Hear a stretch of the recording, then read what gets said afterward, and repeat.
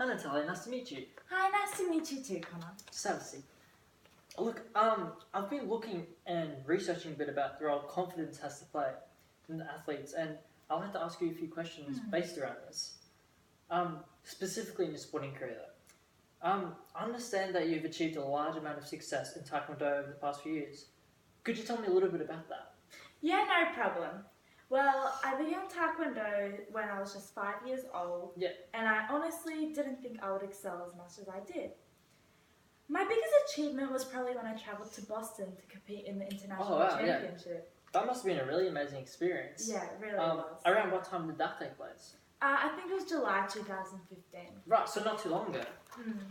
That's pretty cool. So it must still be pretty fresh in your mind then. It is. How did that tournament go for you?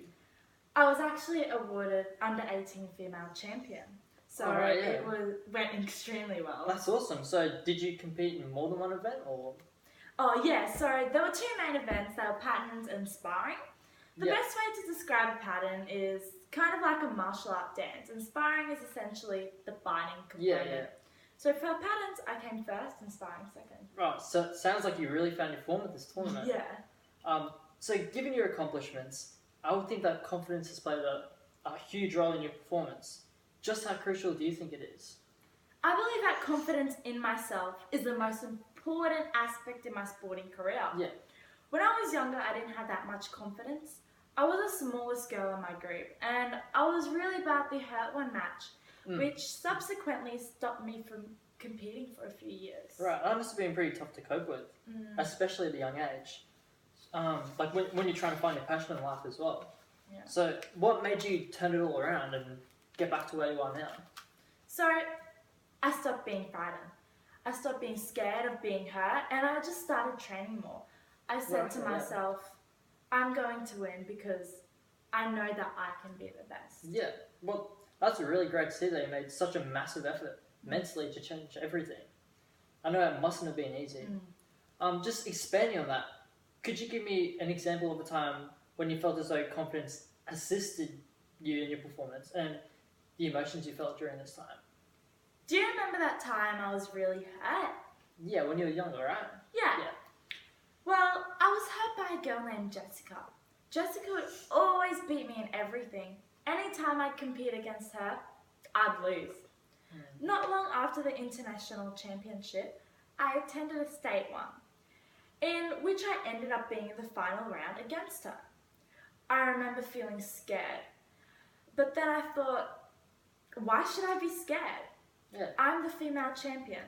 I know that I'm better than you. You're just a person who hasn't trained as much as me.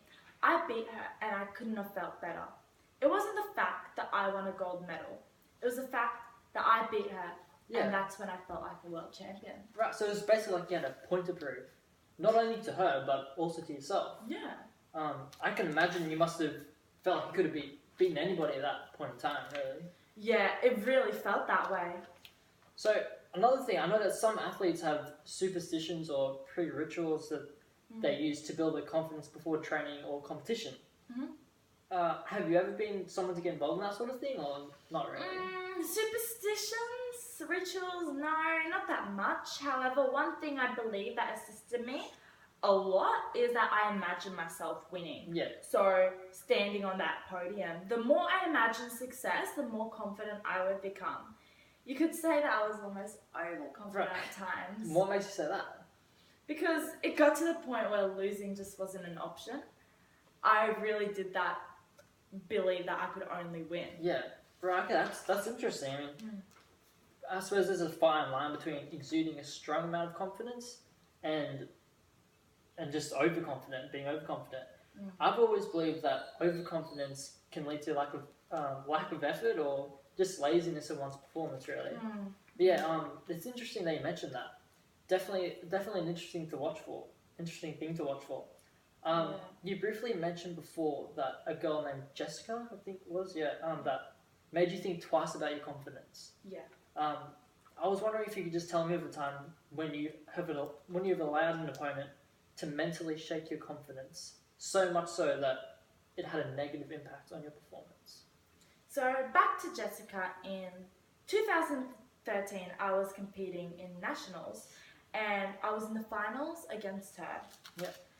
I remember we had a 20-minute break before our match, and I spent those 20 minutes in the bathroom crying. Oh, okay. Right. So I had already given up. Yeah. Like, I knew I was going to lose. So what I did next, I forfeited the match for the simple reason that I didn't want to be a loser. Oh, okay, right. So I told the others I was feeling nauseous, and I accepted second place. Sorry, I interrupted you. But... Right, so yeah, it sounds as though you're finding it pretty difficult to get past this mental hurdle at this stage in your career. I know it can be very strenuous mentally trying to come up against someone when you already feel like you're the underdog before the match has even started. Just sometimes the presence of friends and family at training or competition can have an effect on athletes. Does this usually have a negative or positive influence on your performance? So, whenever my father watches me, and still does to this day, I feel absolutely worthless. No matter how well I do, he'd still have something negative to say. I believe that's one of the reasons I forfeited my match with Jessica. At the time, I knew I'd lose, so I just didn't want to face the aftermath of my father as well, and that wouldn't have been pleasant. Yeah, so I guess you just felt that added pressure from him. So sometimes parents get so intense watching their own children play that they kind of forget how to control their own emotions, and they kind of lash out negative criticism without much thought behind it. So I think that criticism can be a great thing, really, in order to improve one's ability, but it needs to be conducted in the right way.